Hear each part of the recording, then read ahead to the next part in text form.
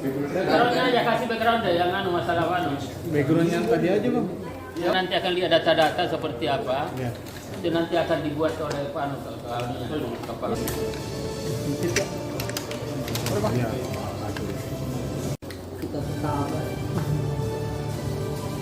Itu kesini semua.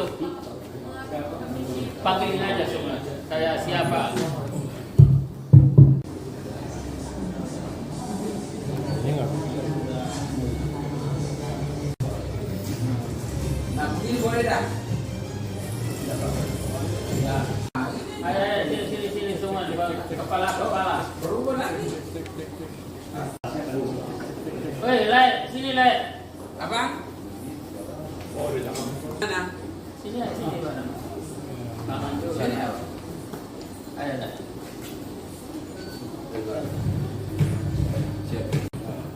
Bang boleh majuan lagi nggak bang? Boleh majuan lagi nggak biar backgroundnya kelihatan? Izin. Sekarang ini kan ini laporan kepada rakyat. Nah, ini udah ya? Udah. Oke. Baik, terima kasih. Posisi posko kita ini sekarang sudah berjalan di hari ketiga dan kita udah coba untuk memantau seluruh perkembangan dari DPD yang ikut serta dalam perhelatan pilkada secara serentak, dan alhamdulillah mudah-mudahan dengan posisi kita hari ini Golkar optimis akan ada di posisi 3 besar dan kita mungkin ada di posisi kedua nantinya. Dan kalau setelah kita lihat dengan setelah perkembangan yang ada dari data sementara yang kita himpun dan kita pantau, posisi Gerindra mungkin ada pada posisi pertama. Dan tapi kita tetap optimis dari Partai Golkar untuk ikut sampai dengan pencapaian 60%, dan hari ini kita sudah mulai bergerak ke 50%. Gitu. Nah, untuk lebih jelasnya memang silakan Pak Posko lebih paham dan tahu betul tentang seluruh perkembangan perjalanan Posko selama 3 hari ini. Ya, baik. 3 hari ini kita sudah bisa menghimpun hampir 98%, karena ada beberapa daerah termasuk di wilayah Papua yang belum masuk dan ada beberapa yang ditunda pilkadanya. Jadi prinsipnya angka 55 ke 60 ini sudah terbayang, sudah tergambar, karena kita sedang rekapitulasi lagi hasil tabulasi ini, dan kita optimis lah bahwa Golkar ini konsentrasi dalam pilkada dan bisa mencapai 3 besar kepala. Kemungkinan posisi 2 ini masih bisa kita pegang. Kalau itu berdasarkan data apa sih bang sampai menentukan angka tadi? Ya, kita di setiap daerah itu calon kepala daerah yang diusung Golkar memang punya sistem tabulasi sendiri, dan itu terhimpun, dan itu data-data ini kita ambil dari 202 badan saksi nasional yang ada di kabupaten, kota, dan provinsi, 192 DPD yang bekerja mengawal calon kepala daerah di masing-masing daerah, dan kita pantau itu semua sehingga mendapatkan hasil yang bisa kita tabulasi dan menjadi alat ukur kita untuk memastikan proses pemantauan kemenangan Partai Golkar di seluruh Indonesia. Tapi ada C1. Data C1 yang dihimpun di masing-masing daerah. Kalau melihat target 60% kemenangan di pilkada serentak ini, per hari ini targetnya sudah tercukupi atau melampaui? Sedang proses berjalan. Kalau kita udah bergerak lah, udah boleh menuju ke 60. Menuju ke 60. Optimis ya? Menuju ke 60. Optimis. Optimis. Kalau kita Golkar pasti selalu optimis. Ya.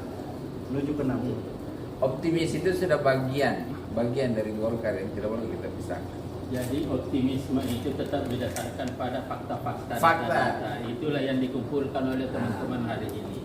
Fakta, dan kita realcon ya, dari realcon, dan kita pastikan bahwa sampai hari ini kita lagi menerima masukan-masukan dan informasi dari seluruh DPD yang ada di seluruh Indonesia untuk kita pastikan untuk bisa memenuhi target partai. Oke. Update nanti selain boleh Isu apa? terkait dengan pilkada Jakarta. Kenapa? Mas, ini kan kubu 11 sudah mendeklarasikan kemenangan 1 putaran ya. Kalau dari Sini sejelasin. ya, kalau dari Maju bang, Pak. Maju bang, boleh bang. Ya, jadi memang kan seperti itulah. Tapi saya ingin katakan sekali lagi bahwa bagi kita Partai Golkar dan KIM Koalisi Indonesia Maju yang biasa-biasa saja menghadapi ya pilkada DKI Jakarta ini sama saja yang lain. Ya kenapa? Karena dari awal ya paradigma yang kita kembangkan adalah bahwa mereka ini adalah mitra kerja kita, mitra kerja politik, bukan lawan politik. Jadi kalau ada mengatakan bahwa ini lawan politik, saya kira itu sudah menyimpang daripada azas kekeluargaan, asas kegotong royongan, asas kebersamaan. Padahal sejatinya itulah menjadi dasar pertimbangan kita. Jadi biasa-biasa saja, dan karena itu ya kita juga punya hitungan ya katakanlah dari C1 diambil dari timnya RKI ini, kemudian di sana juga mengklaim, dan itu pasti beda. Wajar. Dan kita juga melihat daripada perhitungan cepat ini kan juga hanya 50%. Tidak ada 50% sekian, bahkan beberapa diantaranya 49. Nah kalau kita dari Partai Golkar yang memang melakukan langkah-langkah politik yang berbasis saintifik, ya kita percaya betul bahwa hitungan cepat itu kan selalu kan ada margin of error-nya 2%, bahkan ada sampai 3%. Nah tentu dari pihak sana itu ingin supaya naik, kita ingin supaya turun. Nah kalau turun itu pasti ini 2 putaran. Nah oleh karena itu ada baiknya kita ikuti ya tahapan-tahapan yang telah ditentukan oleh KPUD ya DKI Jakarta, bahwa setelah ini nanti ya kita akan juga bagaimana proses-proses hukum kalau ada persoalan, dan setelah itu nanti ada perhitungan baru ada putusan. Nah kita ikuti aja. Loh kan kita ini kan mitra semua, jadi nggak usah kayak begitu baru belum menang sudah merasa menang. Nah ini juga bahaya. Ya kenapa bahaya? Karena iya, kenapa bahaya? Karena nanti cenderung nyalain orang lagi, berarti ada apa-apa. Nah kita tidak mau seperti itu. Ya misalkan Jawa Tengah, calon yang didukung oleh Partai Golkar di sana sekarang sudah berapa? 50 sekian, 57, sementara ini tidak. Lalu kemudian ada mengklaim bahwa ini adalah kandang salah satu partai. Nah saya kira karena Golkar itu adalah basisnya adalah saintifik, dukungan dalam dunia, artinya momentumnya tepat gitu loh. Nah ini jadi tidak bisa ada partai yang mengklaim bahwa ini adalah kandang kami. Apabila misalkan ini kita kalah berarti ada yang menghalalkan segala cara. Nah kalau cara-cara berpikir seperti ini tidak lagi dengan cara-cara bersahabat. Padahal dari kita ingin bersahabat, kita ingin asas kekeluargaan, kegotong royongan. Toh ini adalah sama, kita ingin membangun bangsa ini, itu aja. Jadi kan enak kalau begitu. Jadi nggak usah begitu, ini kok sudah kayak menang padahal belum. Nah ini kan juga bisa mancing kan, tidak boleh begitu. Ya toh asasnya udahlah kita keluarga, satu-satu keluarga, kita gotong royong, kita bersama. Ya kan kita mitra kerja politik gitu loh. Ya itu aja saya kira. Sebagai perhitungan soal pilkada Jawa Tengah itu adanya politisasi bansos dan juga pakai coklat itu sebenarnya. Ya saya tadi malam di salah satu TV saya jadi narasumber, saya sudah katakan karena kita ini bekerja saintifik, basisnya itu adalah fakta. Kalau memang ada, sebutin dong, kita hadapi bareng-bareng.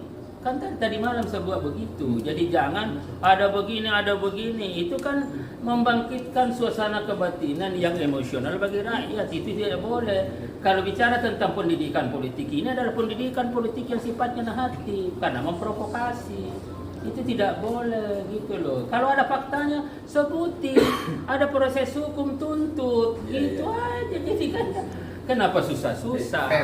Fair gitu loh. Kan lebih bagus ya. Di Banten?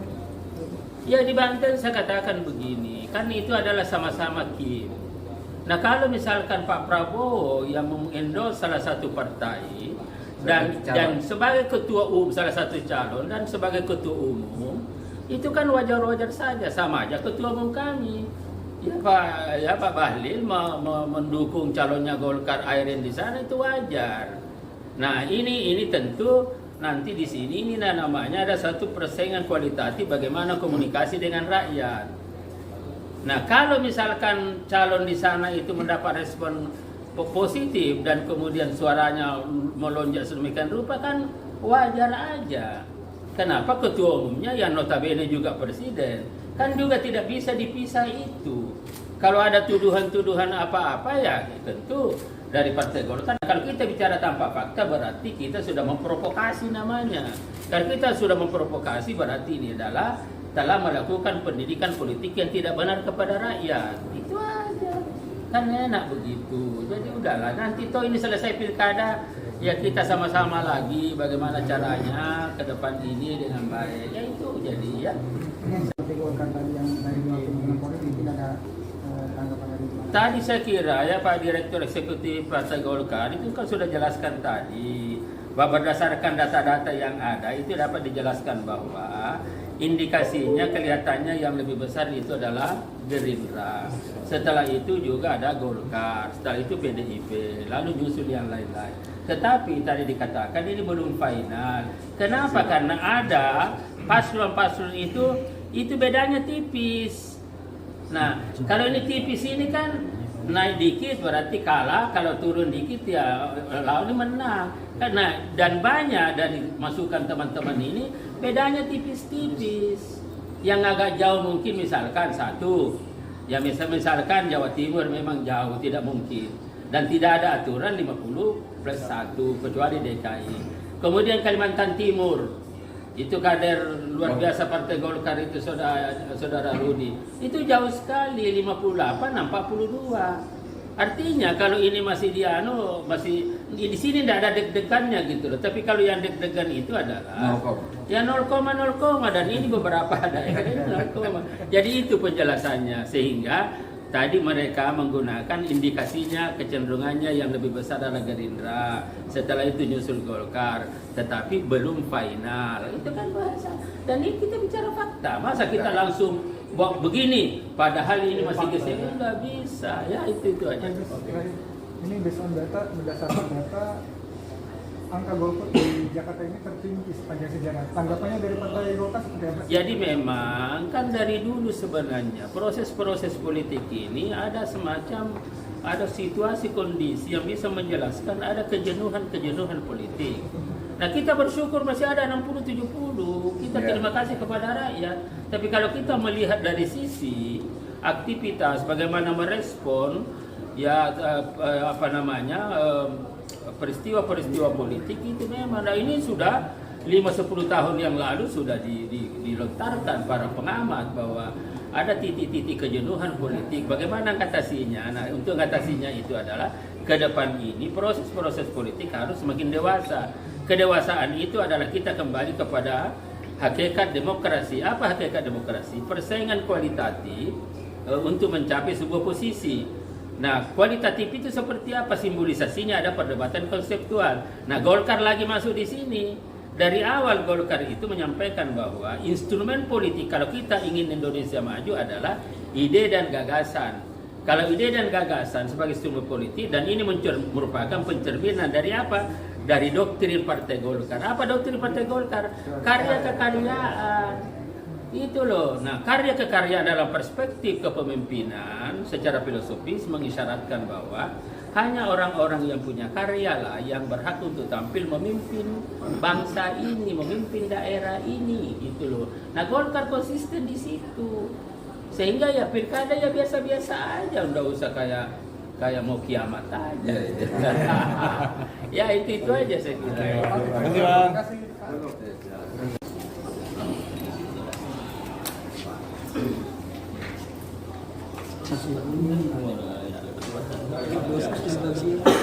Belum kan?